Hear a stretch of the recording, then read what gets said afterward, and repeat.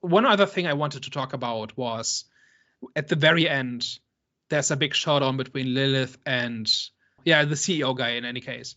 And there's two pieces, I think, where Lilith has just broken characterization.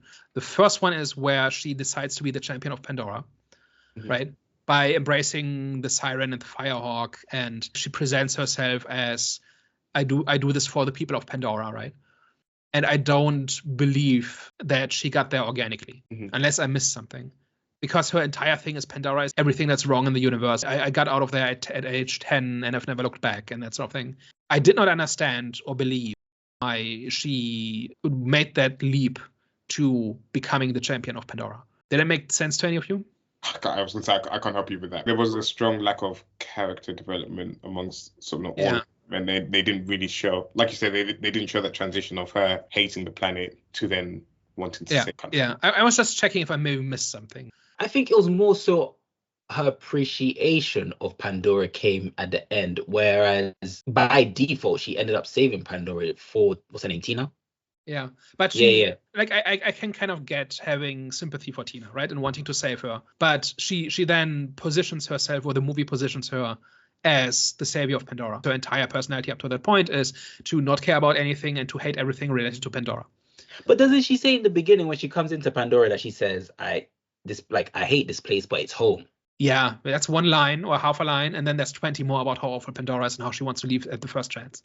Yeah, true. I agree. It was like, if there was like enough shown of like her seeing what life was like for people on Pandora, essentially, and like maybe like seeing them being oppressed by like this Atlas Corporation or something like that, or just like something to like then change her feelings towards the city, or like sort of maybe have a better understanding as to like, okay, like I left this planet as a 10-year-old, but you know, in reality, this is why the planet is the way that it is, essentially, or like it could have just had something interesting to say as opposed Pandora is awful and you are the reason why it's awful and I'm going to fix that.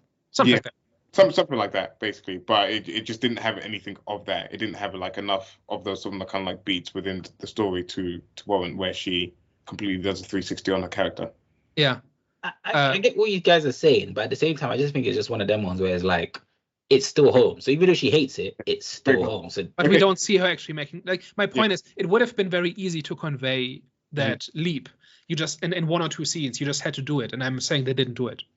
Yeah, so basically, like what you just said there is like, oh, you're kind of excusing it. And I feel like, you know, a lot of like modern storytelling or like sort of modern writing and sort of Hollywood kind of misses some of the like core essence of like building out characters or like taking them on sort of character arcs, or just like giving them enough of like a starting point and then an end point. And I just feel like we can't just keep saying, well, we kind of like assume, or we just kind of like excuse it. Like it's just, and especially we're doing like some like watching some of the sort of previous older movies, like, you know, we've done like Aliens and stuff like that, where everything's a lot more intentional, like about the storytelling. It's like really well thought out. It's like you're putting things in there. You're like you're setting things up and you're paying it off, essentially. Like there's nothing happening just because the story needs to happen, essentially.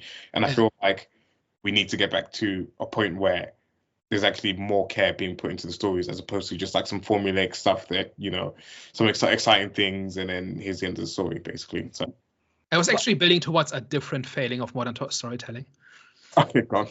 So then my second point is, at the very end, when they've made it into the vault and CEO guy is kind of just awestruck by all the possibilities and all the riches and whatever, Lilith teleports behind him and restrains him or something. I've already forgotten the details.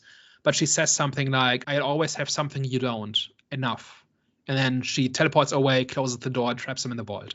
I think this is one of those things where they realize they have to end the movie and they've forgotten to put a message in there or some kind of substance, right? Something that the movie is about.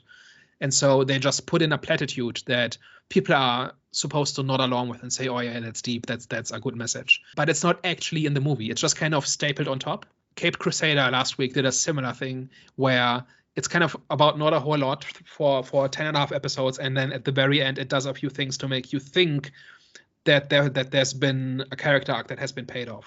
And you can check out, you know, that video for details. But like I've seen this a few times now in movies where they make like generic unmotivated crap, And then at the end, they put in something that makes it seem like the movie's about something, right? In this case, that it's about being satisfied with what you have or not being consumed by greed or something. But that has not been the thing.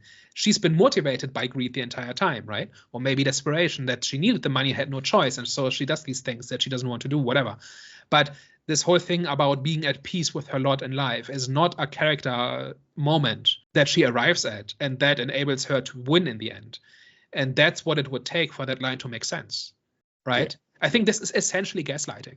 This is about convincing the audience that something is true that's not true, which is, in this case, fairly a minor thing, that the movie is about something when it's not. But it's basically the movie is lying to us when they do this. And I don't like it. I don't like that movies are doing this. I don't like that it's becoming more common.